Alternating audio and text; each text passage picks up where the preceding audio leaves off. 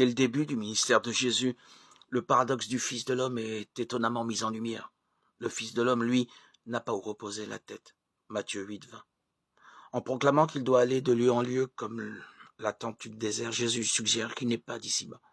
Lorsqu'il affirme qu'il est le Fils de l'homme, il évoque certes le triomphe eschatologique auquel il est promis, Daniel 7, 14, mais par un paradoxe bien dans sa manière, il lie structurellement cette appellation à la rémission des péchés, qui dans le contexte de la Nouvelle Alliance, Jérémie 31, 31, Ézéchiel 36, 25, exige toujours l'effusion de son sang, pour que vous sachiez que le Fils de l'homme a le pouvoir de remettre les péchés sur la terre. Je te l'ordonne, dit-il au paralytique. Lève-toi, prends ton grabat et va-t'en chez toi. Marc 2, 10, 11. Le Fils de l'homme est le médecin qui mange avec les pécheurs pour manifester parmi eux la présence du Sauveur qui délivre des péchés. Ce ne sont pas les gens bien portants qui ont besoin du médecin, mais les malades.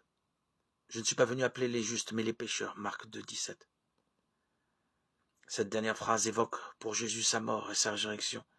Il n'est pas le médecin qui guérit de n'importe quelle manière, il est le serviteur qui vient guérir par ses plaies béantes. Isaïe 53, 5. Matthieu d'ailleurs ne s'y est pas trompé, lui qui au cœur même de son grand chapitre concernant les miracles de guérison a inséré